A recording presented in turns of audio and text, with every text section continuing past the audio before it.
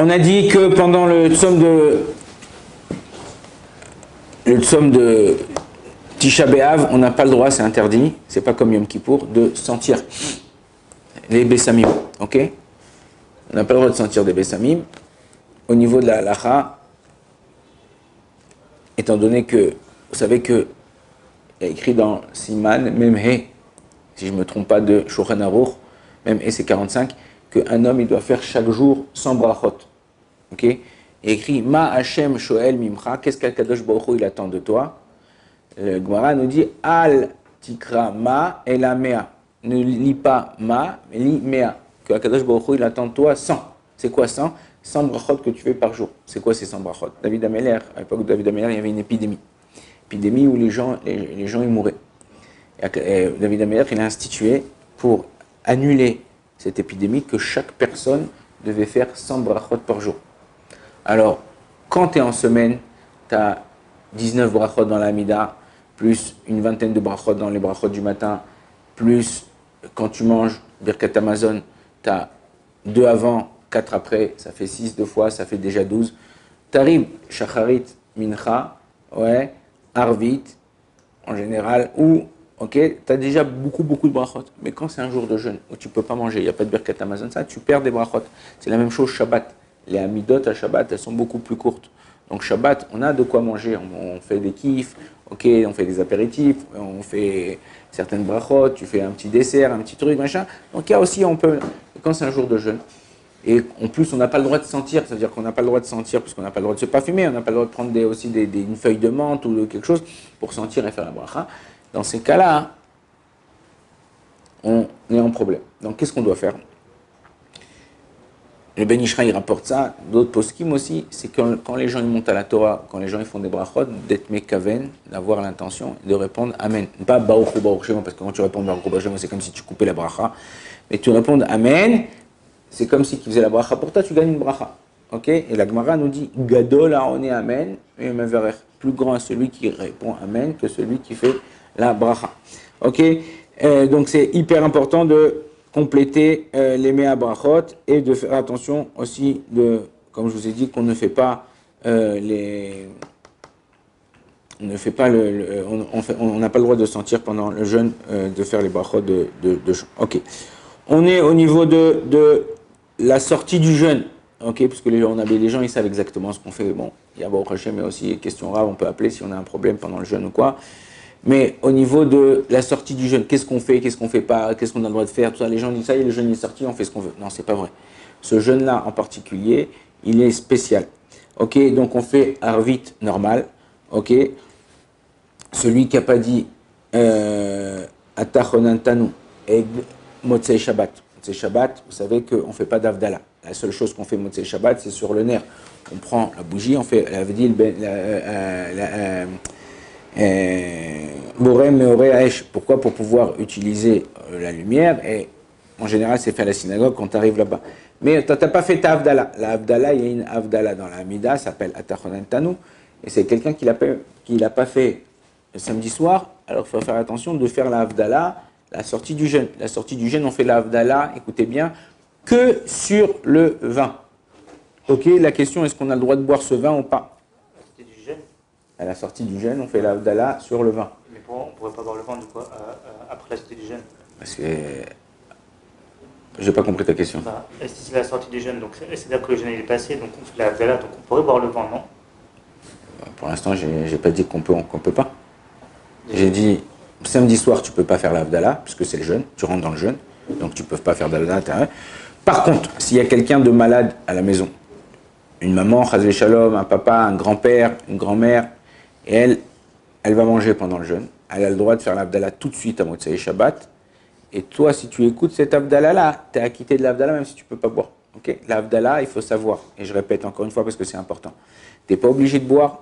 Celui qui fait l'Avdala, oui, il est obligé de boire. Réveillite, c'est un peu plus que la moitié d'un verre. Ou Melolugmav, la quantité d'une joue. Ok?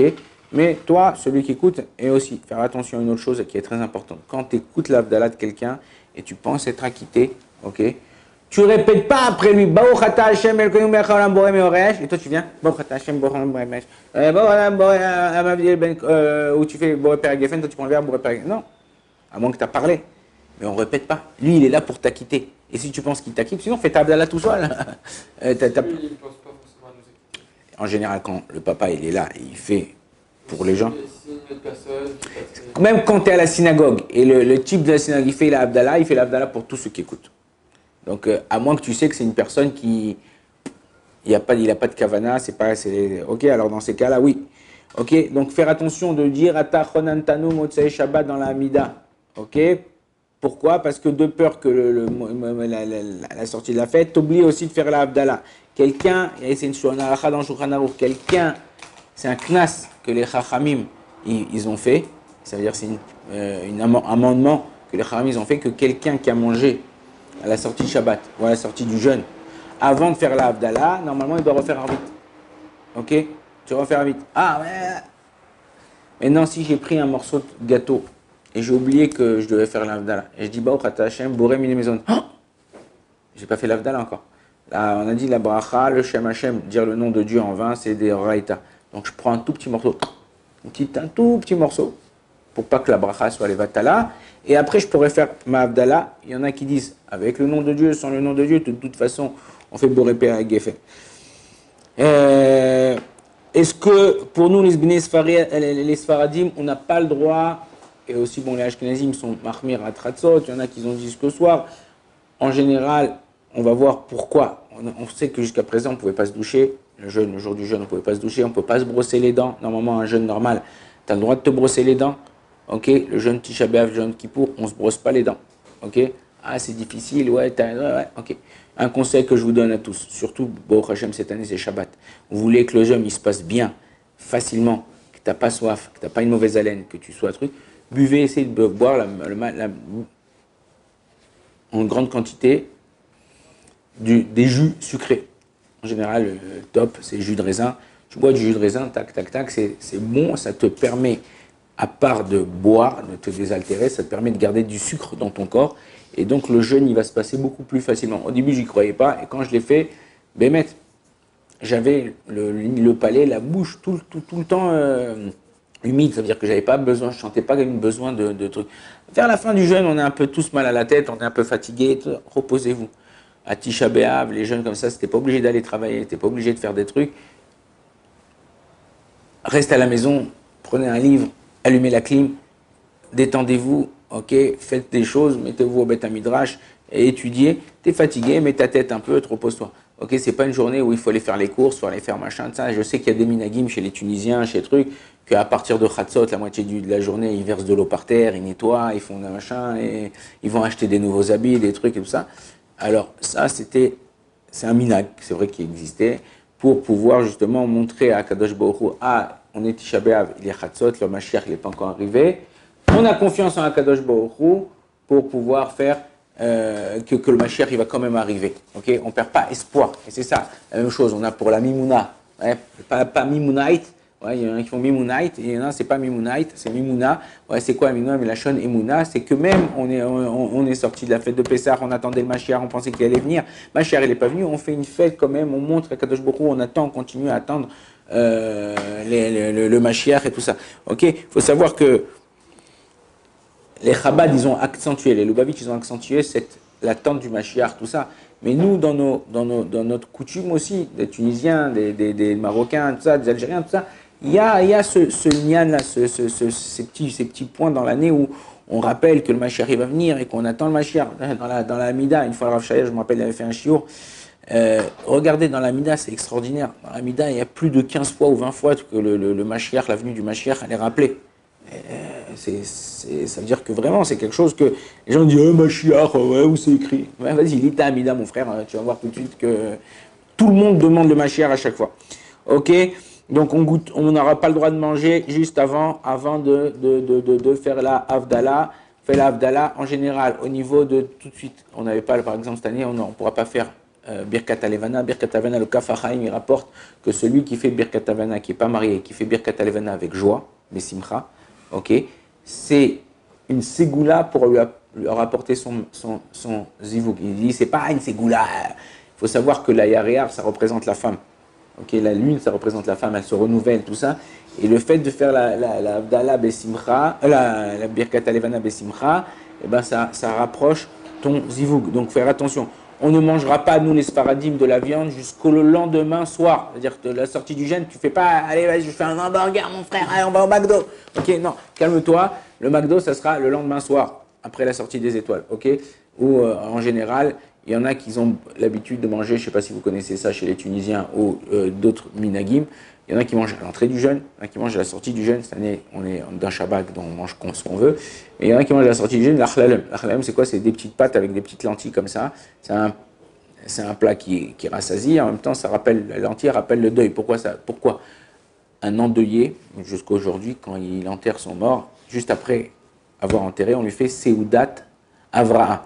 C'est la première Seuda qui fait l'endeuillé après avoir enterré son mort. Cette Seuda-là, elle ne doit pas venir de chez lui, c'est-à-dire que ça ne doit pas venir ni de sa maison ou quoi que ce soit. C'est des voisins, des amis qui achètent pour lui. Et en général, on lui donne ou un œuf, ou des lentilles, ou une olive noire avec du pain ou quelque chose pour manger. Pourquoi? Parce que tout ça, c'est des choses qui sont rondes. Et le monde, il est rond. T'es né, tu meurs, t'es né. La naissance, c'est tout le temps comme ça, c'est-à-dire le cycle du monde, il revient sur lui-même. Et aussi, quelque chose qui est rond, il n'y a pas d'entrée. Okay, quelque chose qui est carré en général, tu as une entrée, tu as une sortie où tu rentres la porte de la sortie. Mais quelque chose qui est rond, hop, il n'y a pas tout un ballon, il n'y a pas, bon, à part le trou où tu gonfles, mais c'est la même chose. Un endeuillé, il n'a pas envie de parler. Un endeuillé, il n'a pas envie de discuter. Alors, là, il est avec lui, il est renfermé sur lui-même, comme un rond comme ça, donc en général, on lui donne ça. On ne mangera pas de la viande jusqu'au 10 au soir. Ok, pourquoi? C'est quoi la raison? Il faut savoir à chaque fois quand vous apprenez quelque chose, c'est quoi la raison? Parce que le Beth Amikdash a été brûlé, il a été commencé à détruire le 9, et on va toujours d'après le début, et il a continué à brûler jusqu'au 10. Donc le 10, voilà. Par contre, la sortie du jeûne, on pourrait se doucher, on pourrait se couper les cheveux, on pourrait se parfumer. Il y a des poskim sfaradi, comme le Chida, Rabbi Yosef David Azoulay, okay, ou d'autres grands poskim, qui disent non, de la même façon qu'on n'a pas le droit de manger de la viande jusqu'au 10 ce soir, on attendra ou jusqu'à Chatzot le lendemain, ou jusqu'au 10 au soir. C'est là que les gens ils appellent, oui, manger de la viande jusqu'à Chatzot le lendemain, non, jusqu'au soir. Le Shulchan Aruch, ça il a écrit, Bemfourash a écrit explicitement, se doucher, se couper les cheveux, il y en a qui attendent un peu pour montrer qu'on n'est pas encore vraiment sorti du deuil, mais après le Ikaradine, celui qui est difficile pour lui, on pourra se doucher le dimanche soir, se couper les cheveux, tout ça. Il y en a qui se coupent pas les cheveux dans la journée, dans la nuit, parce que les cheveux, ça représente le jugement. Ok, et la nuit, c'est le jugement, donc tu rajoutes du jugement sur le jugement. Il y en a qui attendent de se couper les cheveux pour le matin. Bezrat Hashem, il y a encore d'autres halachot. Si vous avez besoin de quoi que ce soit, vous pouvez toujours appeler. Et Bezrat Hashem, on répondra aux questions. Baruch Adonai l'olam, amen, amen.